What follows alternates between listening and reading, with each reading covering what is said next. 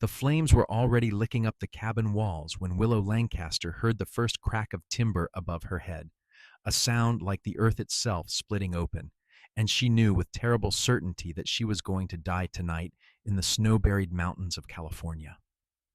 It was December of 1879, and the winter had come down hard on the Sierra Nevada foothills where her small cabin stood, miles from the nearest settlement of Petaluma.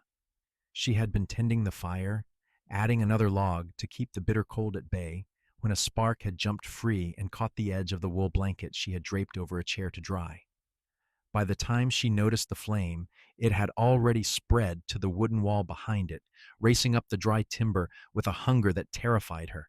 She had thrown water on it, tried to beat it back with another blanket, but the fire had grown faster than her efforts could contain it. The smoke had filled the small space so quickly that her eyes streamed with tears and her lungs burned with each breath. Now the front door was blocked by fallen debris, a section of the roof beam that had collapsed just moments ago. The window on the far side was her only chance, but when she stumbled toward it, coughing and gasping, she found that the shutters she had nailed closed against the howling wind were sealed tight with ice. Her fingers were already numb from cold, despite the heat building around her, and she could not get purchase on the frozen wood. The smoke was getting thicker, blacker, and she dropped to her knees where the air was slightly clearer.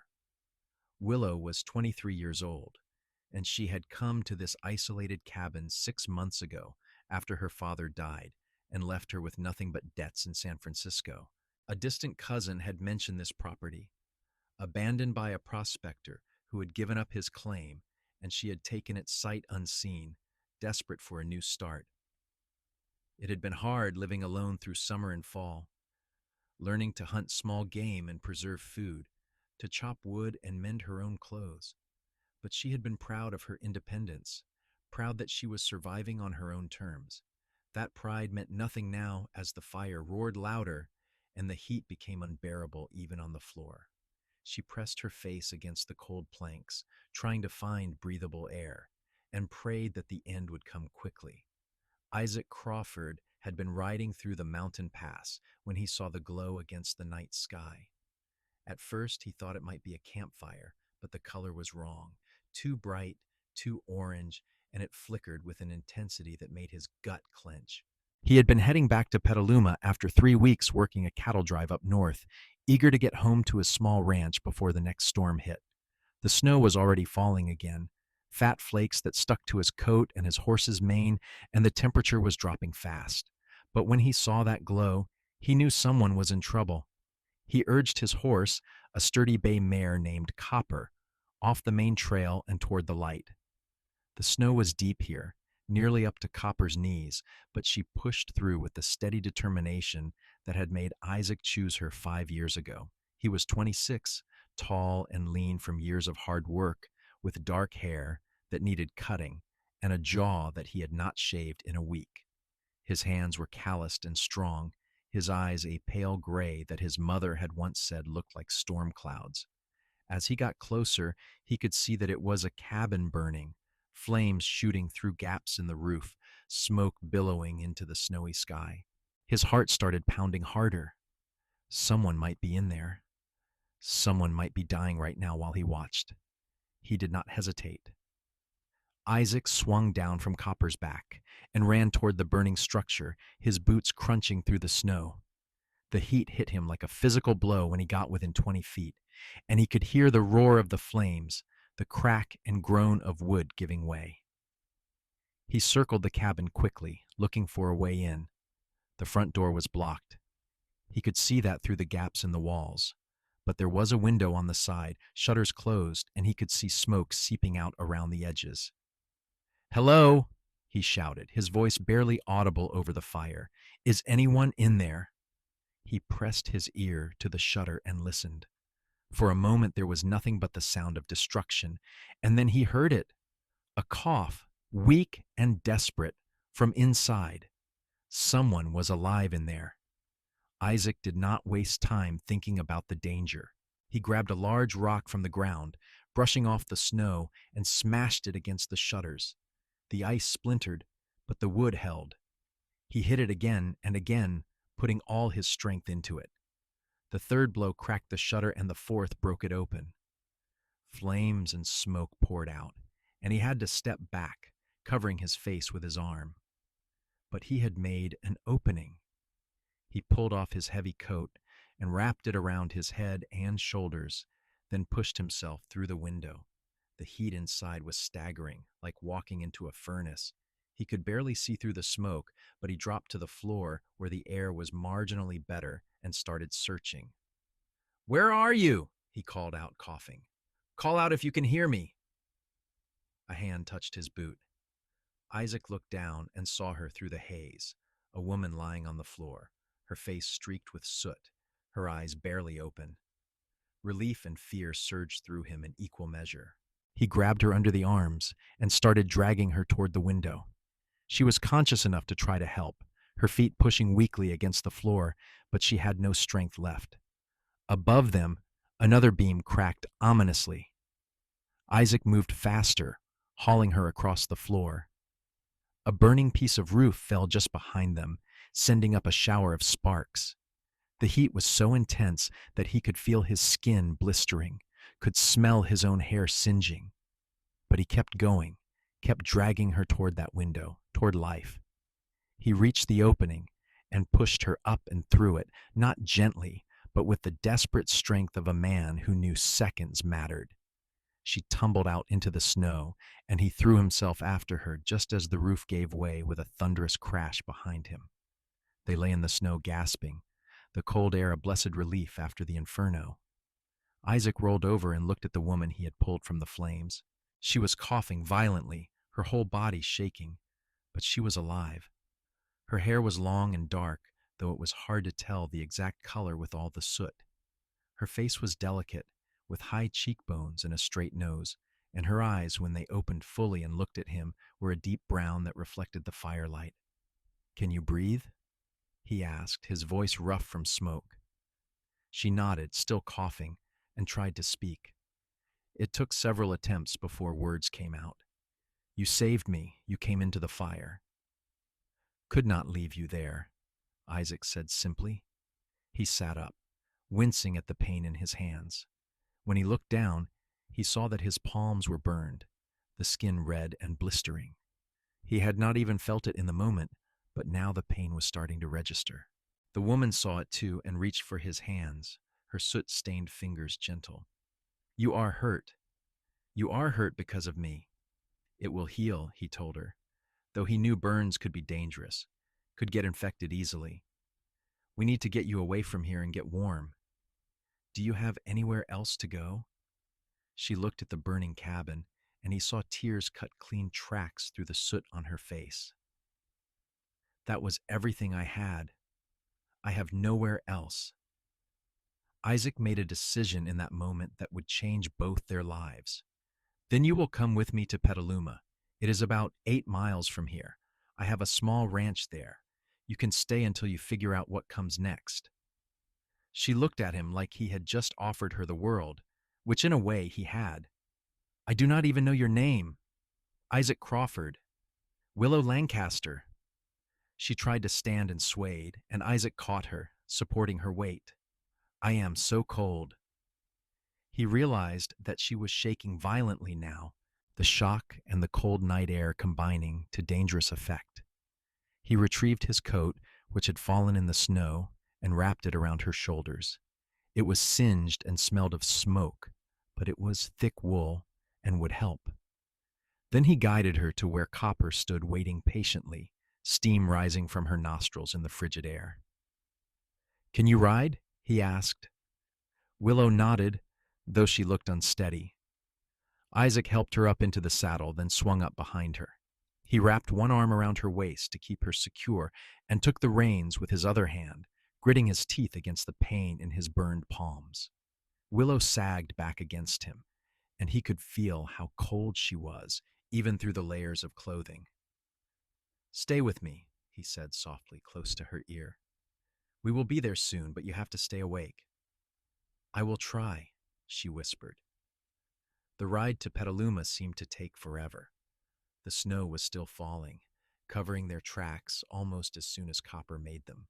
Isaac kept talking to Willow, asking her questions to keep her conscious, learning that she had come from San Francisco, that she had been alone in that cabin for months, that she had no family left to speak of. In turn, she asked him about his ranch, about his life, and he told her about the small piece of land he had bought 3 years ago, the cattle he was slowly building a herd from, the dream he had of making something lasting. By the time the lights of Petaluma came into view, Willow was slipping in and out of consciousness, and Isaac was seriously worried. His own hands were throbbing with pain, but that was secondary to getting her somewhere warm and safe. His ranch was on the outskirts of town, a modest spread with a small house that he had built himself, a barn for the animals, and several acres of grazing land. He rode straight up to the house and dismounted carefully, then lifted Willow down. She could barely stand, so he picked her up in his arms, ignoring the screaming pain in his hands, and carried her inside. The house was dark and cold, since he had been gone for weeks, but he laid her on his bed and quickly got a fire started in the hearth.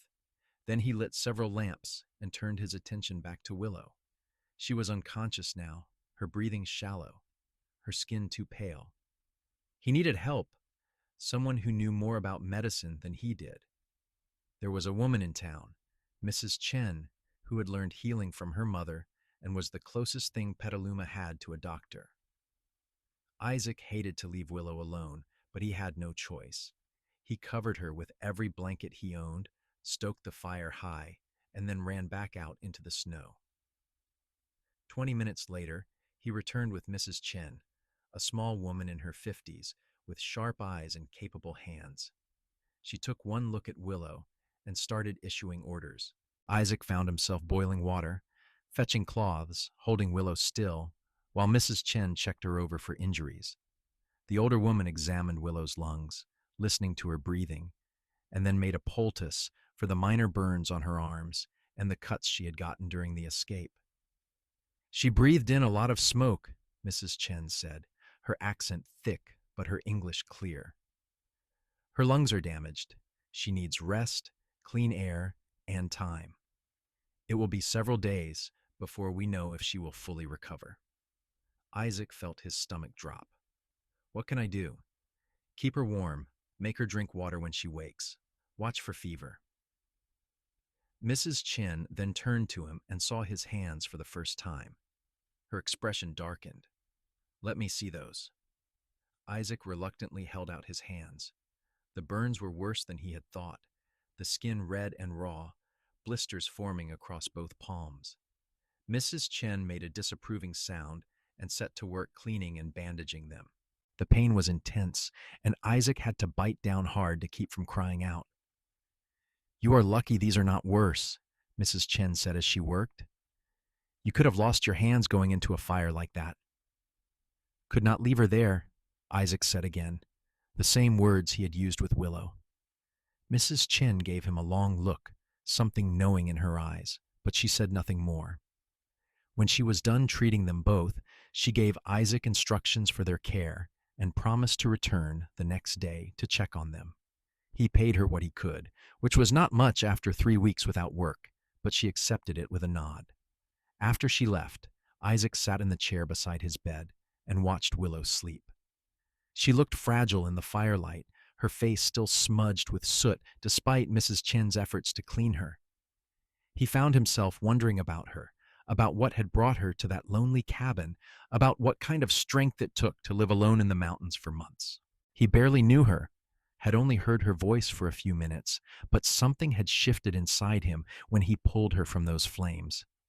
Maybe it was the intensity of the moment, the life and death stakes, or maybe it was something else, something he was not ready to name yet. Isaac stayed in that chair all night, feeding the fire, watching over her and waiting for dawn. Willow woke to pain. Her lungs hurt with every breath. Her throat felt like she had swallowed broken glass, and her head was pounding. But she was warm, warmer than she had been in months, and when she opened her eyes, she saw a ceiling instead of flames. Memory came back slowly at first, then all at once, the fire, the smoke, the certain knowledge of death. And then the man, the stranger who had broken through the window and pulled her out of hell itself. She turned her head and saw him sitting in a chair beside the bed, asleep with his chin on his chest. In the morning light coming through the window, she could see him more clearly than she had last night. He had a strong face, weathered from outdoor work, with lines around his eyes that suggested he smiled often.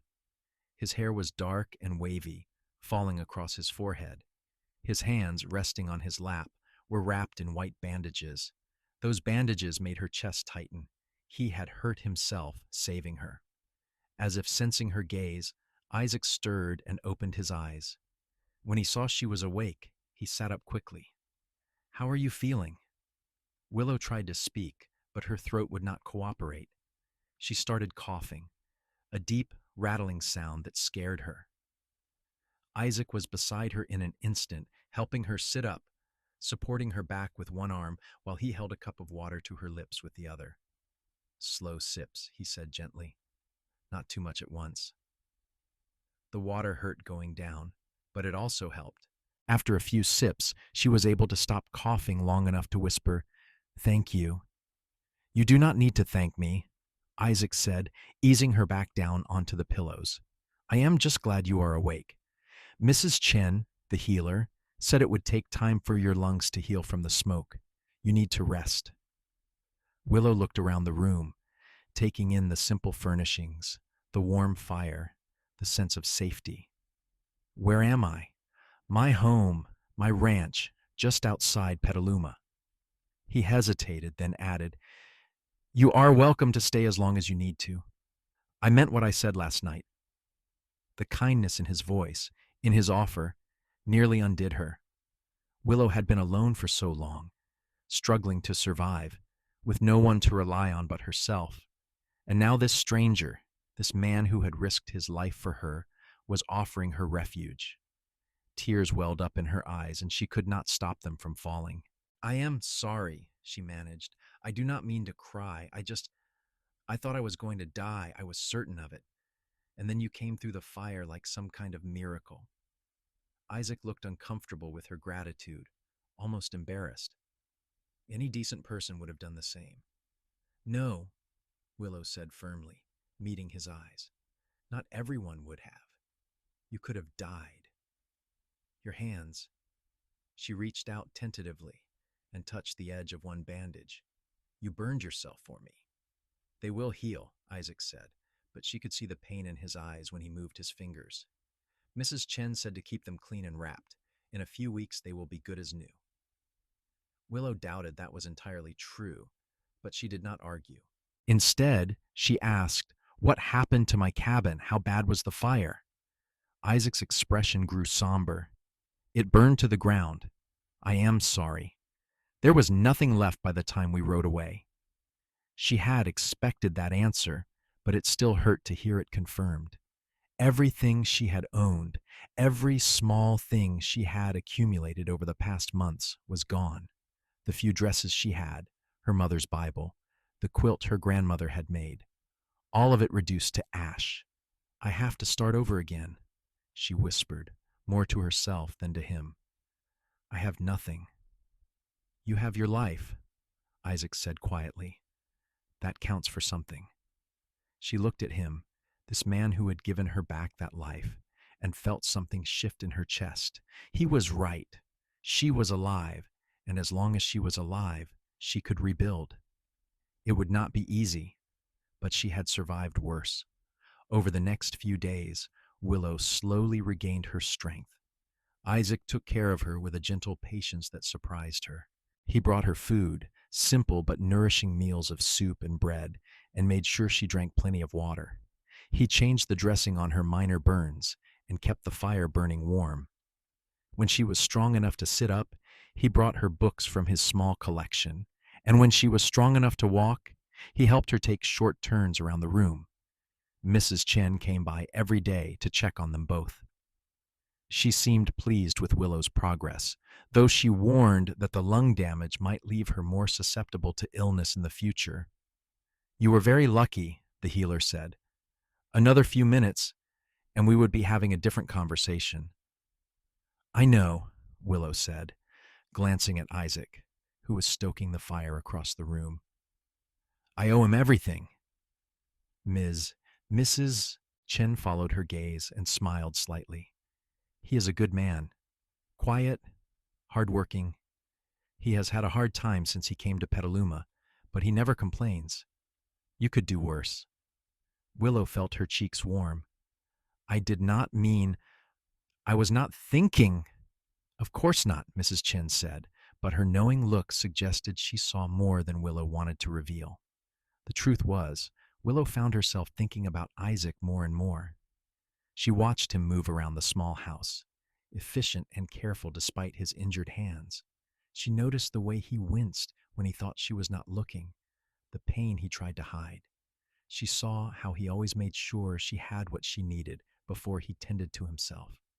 And she found herself wondering about him, about his life before that night, about what kind of man ran into a burning building for a stranger.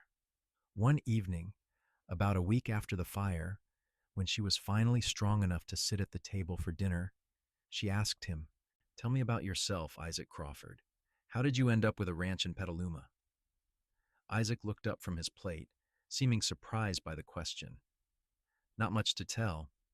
I came out west from Missouri about 5 years ago looking for work. Spent some time as a ranch hand, saved up money, and bought this piece of land 3 years back. Been building it up slowly since then." "Do you have family back in Missouri?" Something passed across his face, a shadow of old pain. "My parents died of fever when I was 20. My sister Sarah, she is married now, living in St. Louis. We write when we can, but it has been years since I have seen her." "I am sorry," Willow said softly. "About your parents. It was a long time ago." Isaac was quiet for a moment, then asked, "What about you? How did you end up alone in a cabin in the mountains?" Willow wrapped her hands around her cup of tea, grateful for the warmth. "My mother died when I was young. My father raised me in San Francisco. He was a clerk, but he was not good with money. When he died last year, I found out he had debts I could not pay.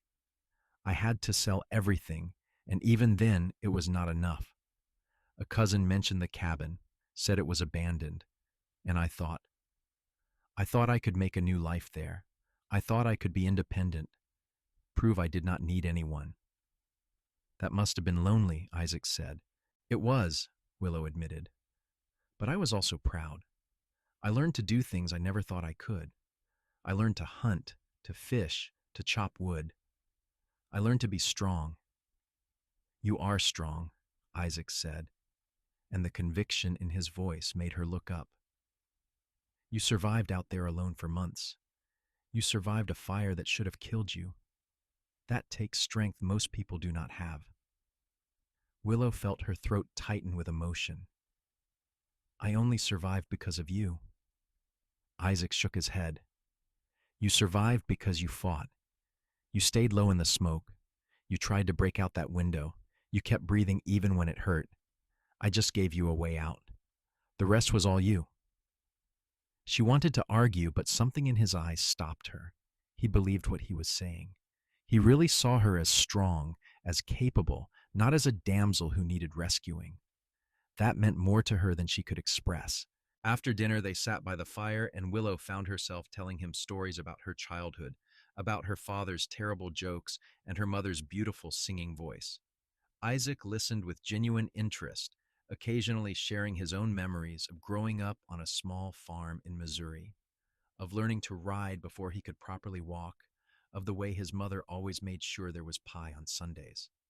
The conversation flowed easily between them, and Willow realized she had not felt this comfortable with anyone in years. There was something about Isaac that made her feel safe, that made her feel like she could be herself without judgment or expectation. As the fire burned low and the night grew late, Isaac stood to add another log. Willow watched him, noting the careful way he moved his hands, the stiffness that suggested they still hurt badly. "Let me help you tomorrow," she said suddenly, "with the ranch work. I am strong enough now, and you should not be working with your hands still healing." Isaac turned to her, surprise clear on his face. You do not need to do that. You are my guest. I am a burden, Willow corrected. You have been taking care of me for a week, and meanwhile your work is piling up. Please let me help. I want to be useful. Isaac studied her for a long moment, then nodded. All right, but we start slow. You are still recovering too. The next morning, Willow woke early and dressed in some clothes that Isaac had borrowed from a neighbor woman, Mrs. Patterson, who lived on the next ranch over. They were plain and practical, a simple dress and a warm shawl, but they fit well enough. She braided her hair back, washed her face, and went out to find Isaac already in the barn. He was feeding the animals, moving slowly because of his hands. Willow immediately took over, learning the routine quickly. There were 6 cows, a handful of chickens, 2 horses, including Copper, and a goat that seemed to have a particular dislike for Isaac. That is Gertrude, Isaac said, gesturing to the goat with his bandaged hand. She came with the property, and I have never figured out if keeping her was a blessing or a curse. Willow laughed, the sound surprising her. She had not laughed in so long that it felt strange, but also wonderful. She seemed spirited. That is one word for it, Isaac said dryly, rubbing his shin where Gertrude had just kicked him. They worked together through the morning, falling into an easy rhythm. Willow found that she enjoyed the work, the sense of purpose it gave her. Isaac showed her where everything was kept, how to collect eggs without getting pecked, how to tell which cow needed extra feed. He was patient and thorough, never making her feel foolish for asking questions. By midday, they were both tired, and they returned to the house for lunch. Willow insisted on cooking, partly because she wanted to contribute, and partly because she could see that Isaac's hands were bothering him more than he would admit. She made a simple stew from the supplies in his pantry, and they ate together at the table. You are a good cook, Isaac said, surprising her with the compliment. Better than me, certainly. I had to learn when my father got sick, Willow said. He could not work for the last 6 months of his life, so I took in sewing and did what I could. Cooking was part of it. That must have been hard, taking care of him alone. It was, Willow admitted, but I do not regret it. He was my father, and I loved him, even with all his faults. They were quiet for a moment, both lost in their own thoughts. Then Isaac said, I think your father would be proud of you, of how you have survived. Willow felt tears prick her eyes again. I hope so. The weeks that followed fell into a comfortable pattern. Willow grew stronger each day, her lungs healing slowly but steadily. She took over more of the household work and helped with the animals. Isaac's hands gradually healed as well, the bandages coming off to reveal pink, shiny scars across his palms. Mrs. Chen pronounced them both on the mend, though she warned Isaac that his hands would always be more sensitive to heat and cold now. As they worked side by side, Willow found herself growing more aware of Isaac. She noticed the way his hair curled at the nape of his neck when it got too long, the way his eyes crinkled when he smiled, the quiet strength in the way he moved. She noticed how kind he was, not just to her, but to everyone he encountered. When they went into town for supplies, people greeted him warmly, clearly respecting him. He always had time to ask about their families, to help load heavy items, to offer advice when asked. And she noticed the way he looked at her sometimes when he thought she was not paying attention. There was something in his gaze that made her heart beat faster, something tender and wondering that she was almost afraid to name. It was during a snowstorm in late January that everything changed between them. The storm had come on suddenly, a wall of white that reduced visibility to nothing. Isaac had been out checking on the cattle when it hit, and Willow had spent 20 frantic minutes watching from the window, terrified that he would lose his way. When he finally stumbled through the door, covered in snow and shivering, she nearly cried with relief. She helped him out of his frozen coat and boots, wrapped him in blankets, and pulled him close to the fire. Her hands were shaking as she poured him hot coffee as she rubbed warmth back into his arms. You scared me, she said, her voice breaking. I thought you were going to freeze out there. Isaac looked up at her, and something in his expression made her breath catch. You were worried about me. Of course I was worried about you, Willow said, the words coming out more vehement than she intended. You could have died, Isaac. You could have gotten lost in the storm and frozen, and I would have. She stopped, suddenly aware of what she was about to say. You would have what? Isaac asked softly. Willow looked down at her hands, suddenly unable to meet his eyes. I would have lost you, and I cannot bear that thought. I know I have no right to feel this way. I know I have only been here a few weeks, but She did not get to finish. Isaac stood up, the blanket falling away, and took her face in his scarred hands.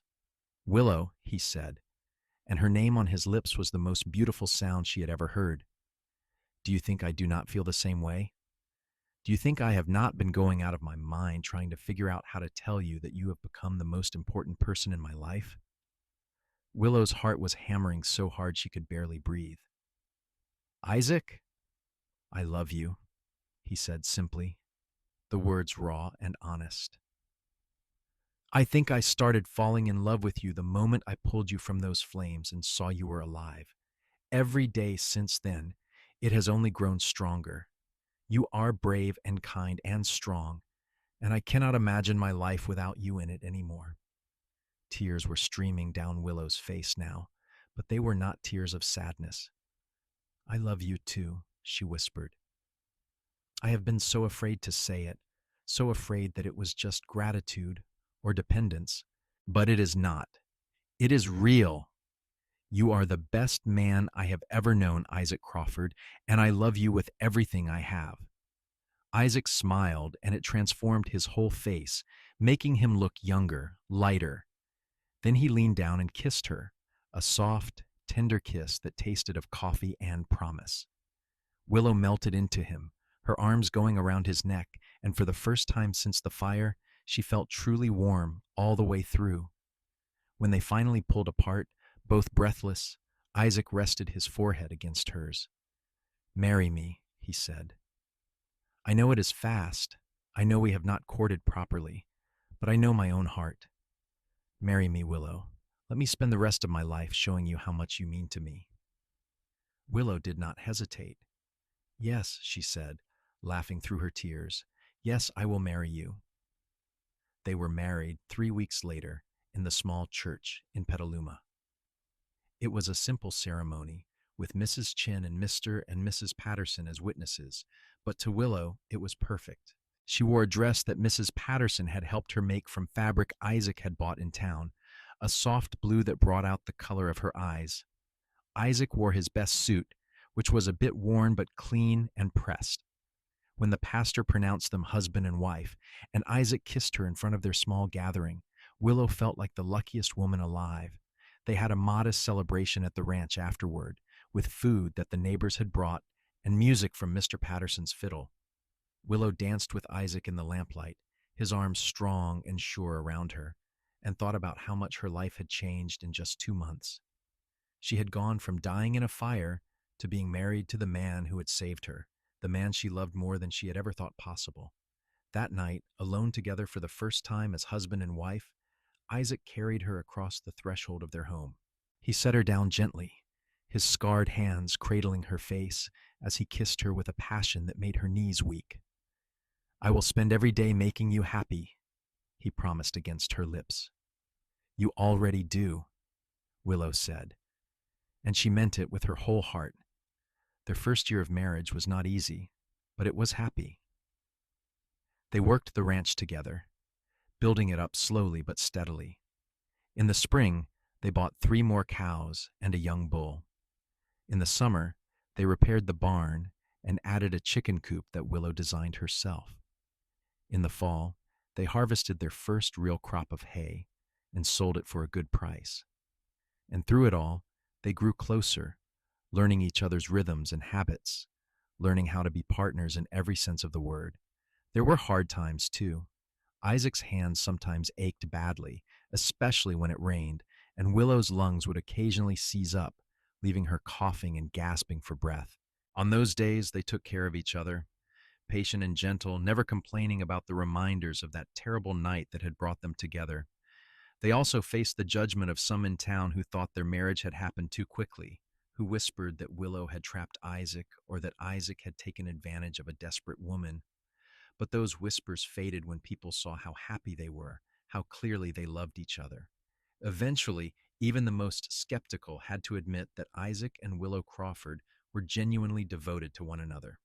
In the spring of 1881, just over a year after the fire, Willow discovered she was pregnant.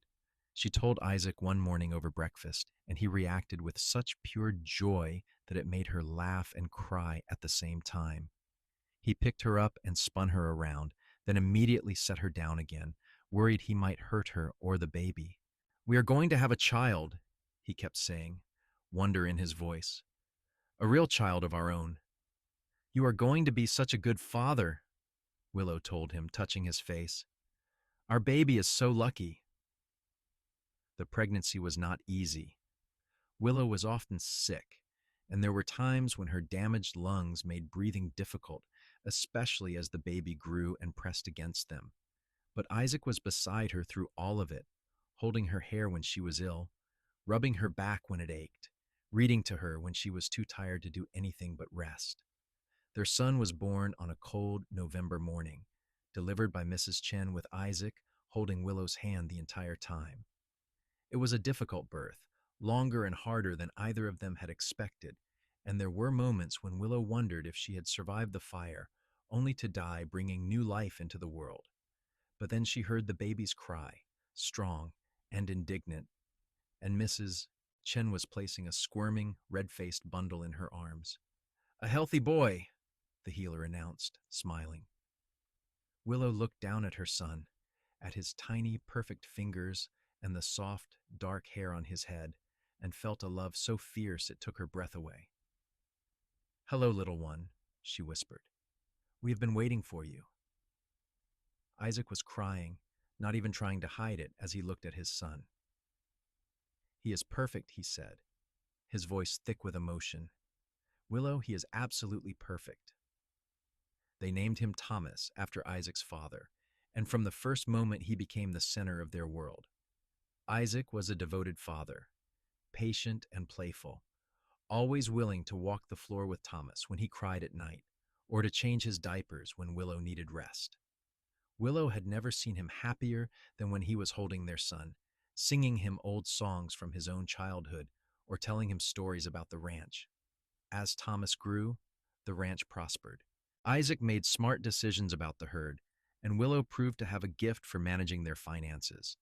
They were never wealthy, but they were comfortable, with enough to eat and a warm home and the security of knowing they could weather whatever hardships came their way. When Thomas was 2, they had another child, a daughter they named Sarah after Isaac's sister. She had Willow's dark eyes and Isaac's stubborn chin, and she was fearless from the start, toddling after her older brother and demanding to be included in everything he did. Isaac adored her, and Willow often found them together in the barn, Isaac teaching Sarah the names of all the animals while she babbled back at him in her own language. Life settled into a rhythm that felt right. The seasons turned, the children grew, and Isaac and Willow grew older together, their love deepening with each passing year. They added onto the house, building more rooms for the growing family. They made friends in town, became respected members of the community. They weathered droughts and hard winters, celebrated good harvests and healthy livestock. Isaac's hands never fully healed, the scars always there as a reminder of the night he had run through flames to save her. Sometimes Willow would hold those scarred hands in hers and kiss the damaged skin, overwhelmed with gratitude that he had been willing to hurt himself to give her life. "I would do it again," Isaac always said when she thanked him. "Every single time I would do it again." Years passed. Thomas grew into a tall, serious boy who loved the ranch and wanted nothing more than to work alongside his father. Sarah became a spirited, curious child who asked 1,000 questions and never met a rule she did not want to test. When Thomas was 8 and Sarah was 6, Willow gave birth to twins, 2 more boys they named Daniel and James. Isaac joked that they were building their own ranch hands, but Willow could see the pride and love in his eyes every time he looked at their growing family. The children grew up hearing the story of how their parents met, though it was softened for young ears. They knew their father was a hero who had saved their mother from a fire, and they knew that their parents loved each other deeply. It was evident in every look, every touch, every moment of their lives. When Thomas was 15, a young man now who was nearly as tall as his father, he asked Isaac about that night. They were working together to mend a fence, just the two of them, when Thomas said, "Father, were you scared when you went into that fire to save Mother?" Isaac paused in his work, considering the question. Terrified, he admitted. "I thought I might die. I thought we both might die. But you went in anyway." "I went in anyway," Isaac confirmed, "because some things are worth the risk, son. Some things are worth everything." Thomas nodded, understanding in his young face. "I hope I can be that brave someday." Isaac clapped a hand on his son's shoulder. "You already are, Thomas. You are brave every day in the way you help with the ranch, in the way you take care of your siblings, in the way you treat people with kindness. Bravery is not just about running into fires. It is about doing what is right even when it is hard." That conversation stayed with Thomas, shaping the man he would become. The years continued to pass. The children grew up, one by one. Thomas took over more and more of the ranch work, eventually building his own small house on the property when he married a local girl named Emily. Sarah left for a few years to attend a teaching college in San Francisco, but returned to Petaluma to teach at the local school. The twins, Daniel and James, were inseparable and decided to start their own business in town, a general store that quickly became successful.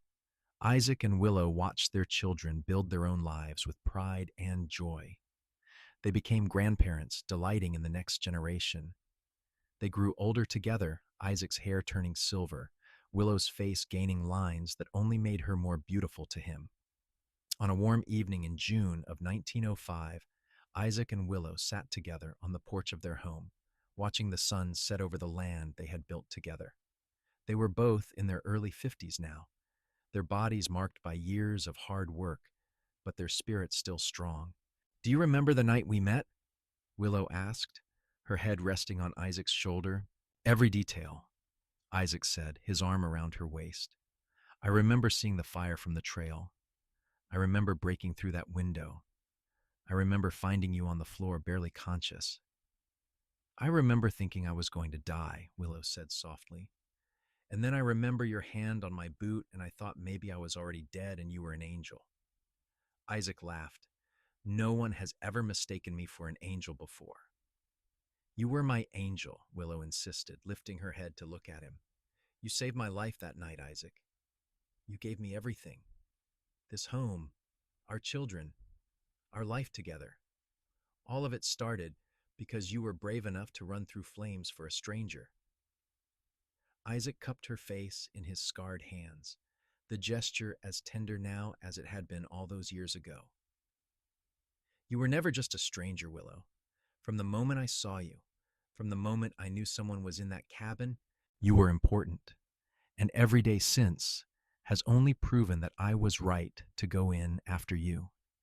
You are the best thing that ever happened to me." Willow kissed him, a soft kiss full of decades of love and devotion. "And you are the best thing that ever happened to me." They sat together as the stars came out, talking quietly about their children and grandchildren, about the ranch and the future, about all the years they had spent together, and all the years they hoped still lay ahead. The night grew cool, and Isaac fetched a blanket to wrap around them both. "I love you, Willow Crawford," he said, holding her close. "I have loved you since the night I pulled you from that fire, and I will love you until my last breath." "I love you too, Isaac Crawford," Willow replied, her voice steady and sure. "You are my hero, my partner, my everything. Thank you for running through those flames for me. Thank you for giving me this life." Isaac kissed the top of her head, breathing in the familiar scent of her hair. "I would do it all again, every single moment, just to end up right here with you." They sat in comfortable silence after that, watching the stars wheel overhead, two souls bound together by fate and fire, and a love that had proven stronger than anything life could throw at them. The ranch was quiet around them, settled for the night, and in the distance they could hear the sounds of their animals, the lowing of cattle, and the soft clucking of chickens going to roost. This was their life, built from ash and determination and the courage of one man who had been willing to risk everything for a stranger. It was a good life, a rich life, full of love and family and the satisfaction of work well done. And as Willow sat there in Isaac's arms, she sent up a silent prayer of gratitude for the fire that had nearly killed her, but had instead led her to the greatest love she had ever known. The seasons continued to turn. Isaac and Willow celebrated their silver wedding anniversary in 1906, surrounded by their children and grandchildren. Thomas gave a speech about his parents' love story that had everyone crying and laughing in equal measure. Emily had baked a beautiful cake, and Sarah had organized the whole celebration with her usual efficiency. The twins provided music, Daniel on guitar, and James on harmonica, and they all sang old songs late into the night. Isaac danced with Willow in the barn that they had built together so many years ago, his scarred hands holding hers gently, and told her she was still the most beautiful woman he had ever seen. Willow looked up at her husband, at the silver in his hair, and the lines on his face that she loved, and knew that they had built something precious and lasting. 25 years, she marveled. Has it really been that long? Best 25 years of my life, Isaac said without hesitation. Mine too, Willow agreed, and she meant it with all her heart. They continued working the ranch together, though as they grew older, they gradually handed over more responsibilities to Thomas and his family. Isaac taught his eldest son everything he knew about ranching, about reading the weather, and caring for animals and treating the land with respect. Willow taught her daughter Sarah about keeping accounts and managing a household, skills that Sarah then passed on to her own students in town. In the winter of 1910, Isaac fell ill with pneumonia. Willow nursed him day and night, terrified that she was going to lose him. She sat by his bed, holding his hand, and prayed with a fervor she had not felt since the night of the fire. Their children came to help, taking turns sitting with their father, but Willow refused to leave his side for more than a few minutes at a time. "Do not leave me," she whispered to him during his worst fever. "Please, Isaac, do not leave me. I am not ready to say goodbye." Isaac, even in his delirium, seemed to hear her. He squeezed her hand and fought the illness with the same determination he had shown 30 years ago when he had run into a burning building, and slowly, gradually, he began to recover. And when he was finally well enough to sit up and eat solid food, he looked at Willow and said, "I am not going anywhere yet, my love. We still have too much living to do." Willow cried with relief and held him carefully, mindful of his still fragile state.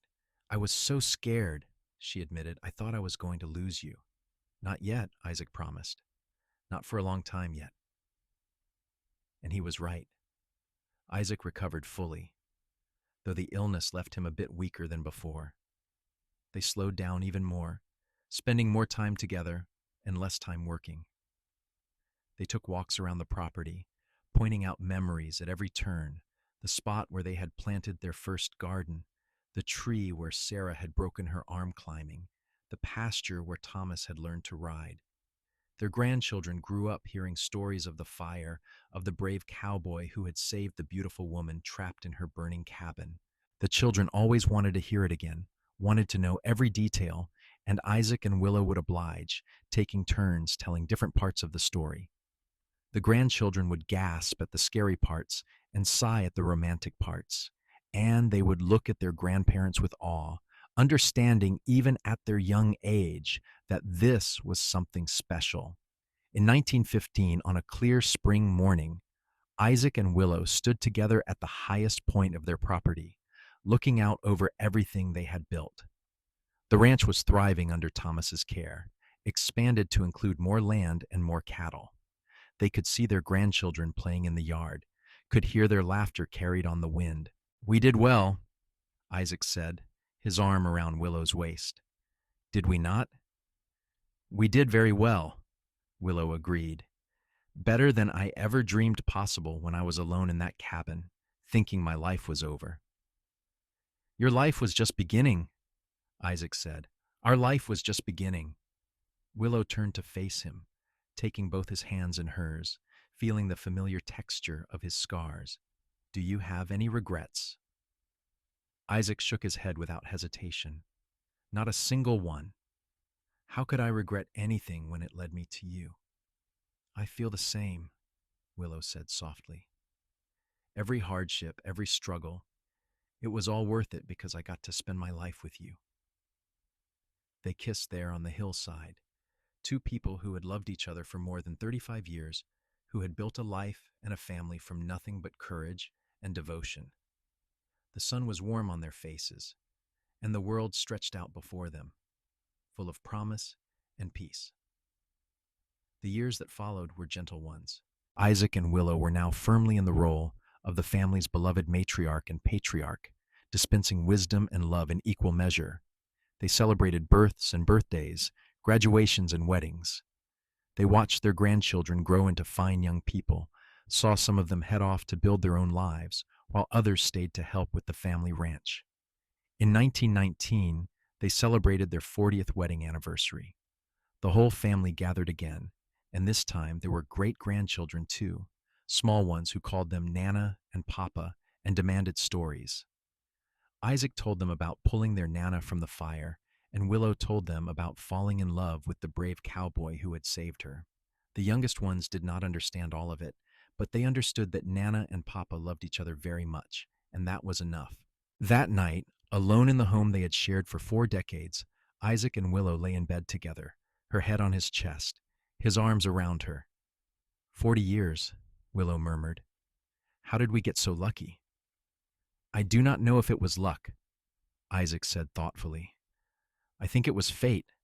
I think we were meant to find each other that night. I think everything that happened before was leading us both to that moment. Do you really believe that? I do, Isaac said firmly. I think you were meant to be in that cabin, and I was meant to be riding past at just the right time. I think we were meant to be together, Willow. Nothing else makes sense.